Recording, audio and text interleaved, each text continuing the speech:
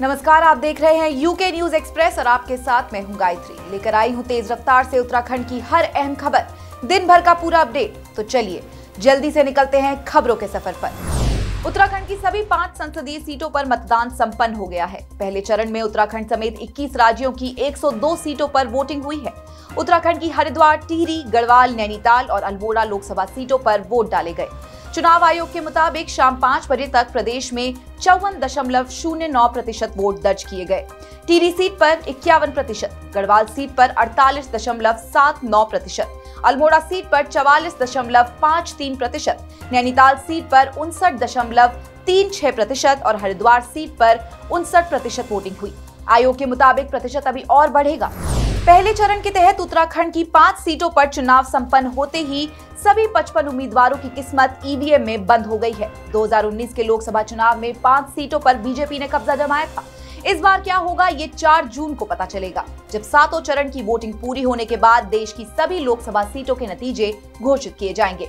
पिछली बार भी उत्तराखंड में पहले चरण में ही वोट डाले गए थे। प्रदेश में सुबह 7 बजे वोटिंग शुरू होने के बाद देहरादून, भीमताल, हल्द्वानी और रामनगर जैसी कुछ जगहों पर पोलिंग बूथ पर ईवीएम मशीनों के खराब होने की खबर आई। मतदान के समय भीमताल में 1, हल्द्वानी में 2 और रामनगर में 1 ईवीएम मशीन खराब हो गई, जिसकी वजह से बूथों पर करीब 10 मिनट तक वोटिंग प्रक्रिया थम गई। मशीनों को बदला गया, तब जाकर यहां फिर से वोटिंग शुरू की गई। देहरादून के 3 बूथों और रुड़की के 1 स्कूल में बनाए गए पोलिंग बूथ पर भी ईवीएम के खराब होने से वोटिंग देर से शुरू हो सकी। हरिद्वार में वोटिंग के दौरान ईवीएम मशीन तोड़ने की कोशिश की गई। ज्वालापुर इंटर कॉलेज में बने मतदान केंद्र में एक व्यक्ति ने मुक्का मारकर ईवीएम मशीन तोड़ने का प्रयास किया, जिससे अफरा तफरी मच गई। सुरक्षा बलों ने फौरन इस व्यक्ति को हिरासत में ले लिया। घटना ज्वालापुर इंटर कॉलेज के बूथ नंबर 124 पर हुई। आरोपी ईवीएम से मतदान प्रक्रिया पर नाराज था। उत्तराखंड के कई हिस्सों से वोटिंग के बहिष्कार की खबरें भी आई। टिहरी नगर पंचायत लंब गांव के वार्ड नंबर 3 और 4 के ज्यादातर ग्रामीणों ने वोट नहीं डाला। दोपहर 12 बजे तक सिर्फ 1 वोट पड़ा। यहाँ के लोग सड़क और दूसरी बुनियादी सुविधाएं ना होने का आरोप लगा रहे हैं। कह रहे हैं कि कई बार गुहार लगाई, पर ना सरकार ने सुनी ना अफसरों ने, इसलिए इस बार वोट ना डालने का फैसला लिया। प्रशासन वोटिंग के लिए लोगों को मनाने में जुटा रहा। चमोली के देवराड़ा और बलाण गांव में लोग मतदान से दूर रहे। इन गांव में बनाए गए बूथों पर दोपहर तक 1 भी वोट नहीं पड़ा। देवराड़ा गांव थराली तहसील में आता है। देवराड़ा को नगर पंचायत से हटाने की मांग है, तो देवाल के बलाण गांव में सड़क की मांग को लेकर ग्रामीणों ने चुनाव का बहिष्कार कर दिया। उधम सिंह नगर के अर्जुनपुर और कोपा बसंता गांव में ग्रामीणों ने चुनाव का बहिष्कार किया। दोनों बूथों पर दोपहर 2 बजे तक गिनती भर की ही पोलिंग हो पाई। चुनाव बहिष्कार की जानकारी मिलते ही प्रशासन में हड़कंप मच गया। प्रशासन ग्रामीणों को मनाने में जुटा रहा। दोनों गांव के लोग इलाके में अब तक पक्की सड़क और पुल नहीं बनने से नाराज है। ग्रामीणों का आरोप है कि सड़क के नाम पर जनप्रतिनिधियों ने हमेशा उन्हें गुमराह किया है। पौड़ी के एकेश्वर ब्लॉक के बगियाली गांव के लोगों को मतदान के लिए मनाने में कामयाब रहे मंत्री सतपाल महाराज। बगियाली क्षेत्र की जनता पिछले कई दिनों से मतदान के बहिष्कार पर अड़ी थी, लेकिन कैबिनेट मंत्री और चौबट्टा खाल से विधायक सतपाल महाराज के समझाने बुझाने पर उन्होंने मतदान के बहिष्कार का अपना निर्णय वापस ले लिया और बढ़ चढ़कर मतदान किया। मुख्यमंत्री पुष्कर सिंह धामी ने उधम सिंह नगर जिले के खटीमा में वोट डाला। धामी एक दिन पहले ही गृह नगर खटीमा आ गए थे। सुबह सबसे पहले उन्होंने मंदिर जाकर पूजा अर्चना की। इसके बाद नगला तराई के पोलिंग बूथ पर मतदान के लिए पहुंचे। लाइन में लगकर धामी, उनकी पत्नी गीता और मां बिश्ना देवी ने वोट डाला। मैं सबसे अपील करता हूं कि पहले मतदान करें और उसके बाद जलपान करें। मैंने भी अभी देखा आपने जलपान किया है आपके सामने ही। तो मैं सबसे अनुरोध करता हूं कि सभी लोग कोई भी ऐसा रहना नहीं चाहिए कि जो मतदान न करे। सबको इस लोकतंत्र के महापर्व में भाग लेना है। ये हमारे लिए बहुत आवश्यक है। 5 सालों में एक बार हमको सरकार चुनने का अवसर मिलता है और ऐसी सरकार चुननी है जो देश दुनिया के अंदर भारत का मान सम्मान तेजी से बढ़ रहा है, उसको और मजबूती देनी है। सशक्त भारत के संकल्प को मजबूत करना है। मोदी जी को तीसरी बार देश का प्रधानमंत्री बनाना है।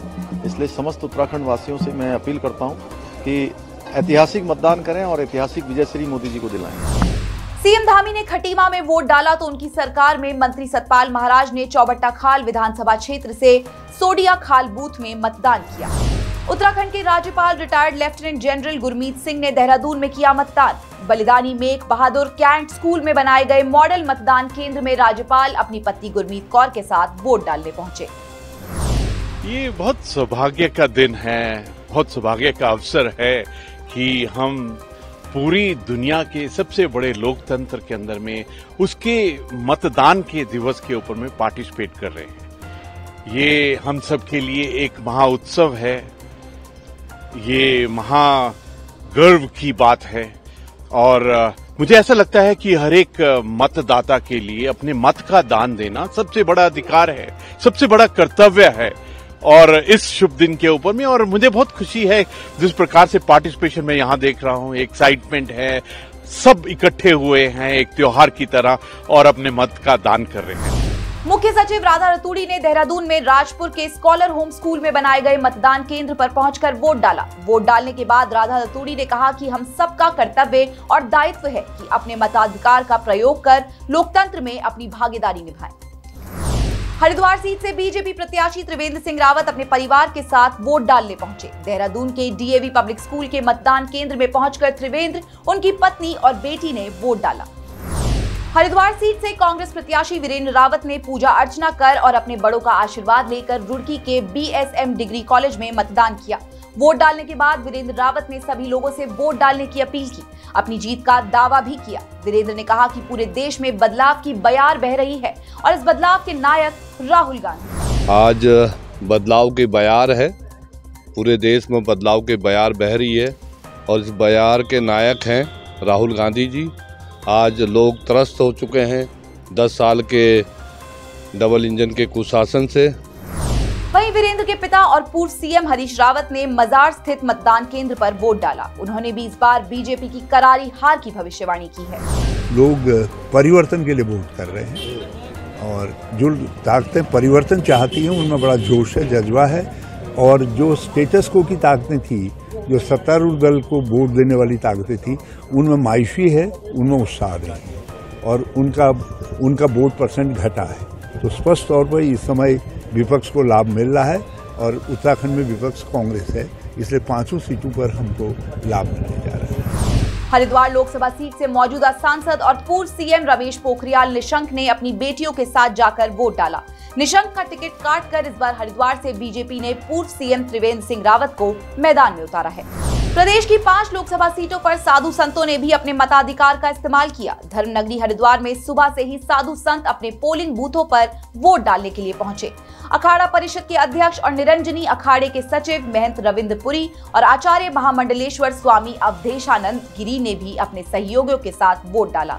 वहीं प्रदेश के सबसे ऊंचे पोलिंग बूथ गंगोत्री में भी साधु संतों में मतदान को लेकर उत्साह देखा गया।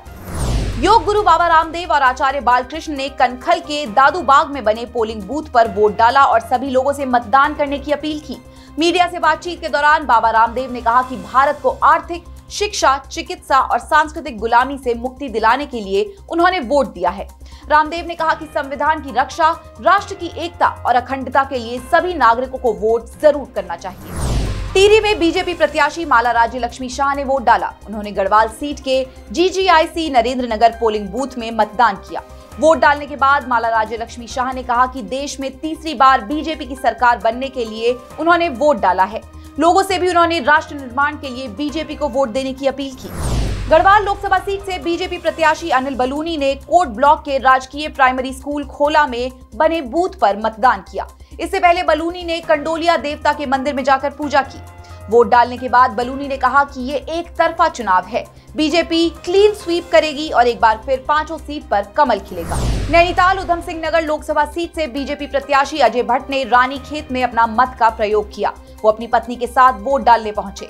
अजय भट्ट का वोट अल्मोड़ा लोकसभा क्षेत्र के रानीखेत तहसील में आता है। वोटिंग के बाद अजय भट्ट ने उत्तराखंड में 5 सीटें जीतने का दावा किया है।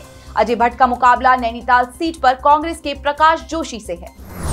पहाड़ के चुनाव में बुजुर्ग वोटरों में भी मतदान को लेकर खूब उत्साह नजर आया। 80 से लेकर 90 साल तक के बुजुर्ग अपने अपने बूथों पर मतदान करने पहुंचे। उत्तरकाशी के मालना गांव में 97 साल के शेरदास ने वोट डाला और लोकतंत्र के महापर्व का हिस्सा बने। 97 साल के शेरदास डोली में बैठकर पोलिंग बूथ पर वोट देने पहुंचे। शेरदास इन दिनों अपने बच्चों के साथ पास के ही एक ब्रह्मखाल कस्बे में रहते हैं। चलने फिरने में असमर्थ है, इसलिए प्रशासन ने उन्हें डोली से पोलिंग बूथ तक पहुंचाने का बंदोबस्त किया। जब वो वोट डालने पहुंचे तो गांव में फूल माला पहनाकर गाजे बाजों के साथ उनका स्वागत किया गया। तो मजा आता है। हाँ, यही तो खुशी है मतदान की।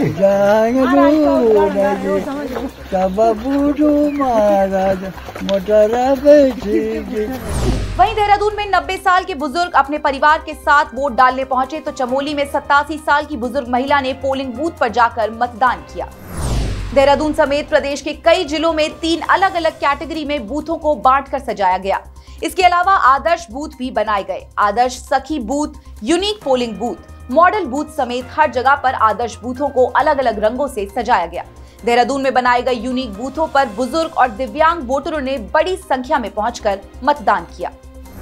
विदाई से पहले कई दुल्हनों ने किया मतदान। नैनीताल जिले के लाल कुआं विधानसभा क्षेत्र के दौलिया मतदान केंद्र से ये तस्वीरें आई हैं। दुल्हन शादी के फौरन बाद अपने दूल्हे के साथ मतदान स्थल पर पहुंची और मतदान कर लोकतंत्र के पर्व में अपनी भागीदारी निभाई।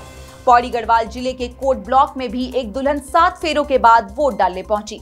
तो उधम सिंह नगर के काशीपुर की बेटी ने भी शादी के बाद सबसे पहले मतदान करना जरूरी समझा। टिहरी से भी ऐसी ही तस्वीर सामने आई। जिन बेटियों ने 7 फेरों के बाद ससुराल जाने से पहले वोट डाला है उनके नाम हैं दीक्षा, गायत्री, शिवानी, शिखा, मीनाक्षी और आराधना। इन सभी बेटियों की चर्चा के साथ तारीफ भी खूब हो रही है। ऋषिकेश में दूल्हे ने पहले किया मतदान, फिर उसके बाद हुआ उसकी दुल्हन का गृह प्रवेश। ऋषिकेश के ढालवाला निवासी योगेश अपनी नई नवेली दुल्हन और बारात को लेकर सीधे मतदान केंद्र ढालवाला पहुंचे। पहले मतदान किया, फिर बारात लेकर घर पहुंचे और दुल्हन को गृह प्रवेश करवाया। दरअसल योगेश की बारात 18 अप्रैल को उत्तरकाशी पहुंची थी।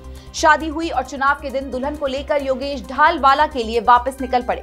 रास्ते में वो ढालवाला मतदान केंद्र पर रुके और वोट डालकर ही दुल्हन और बारात के साथ घर पहुंचे। बॉलीवुड अभिनेत्री उर्वशी रौतेला ने भी उत्तराखंड के चुनाव में वोट डाला। उर्वशी अपने माता पिता के साथ कोटद्वार के सिताबपुर में बने पोलिंग बूथ पर वोट डालने पहुंची।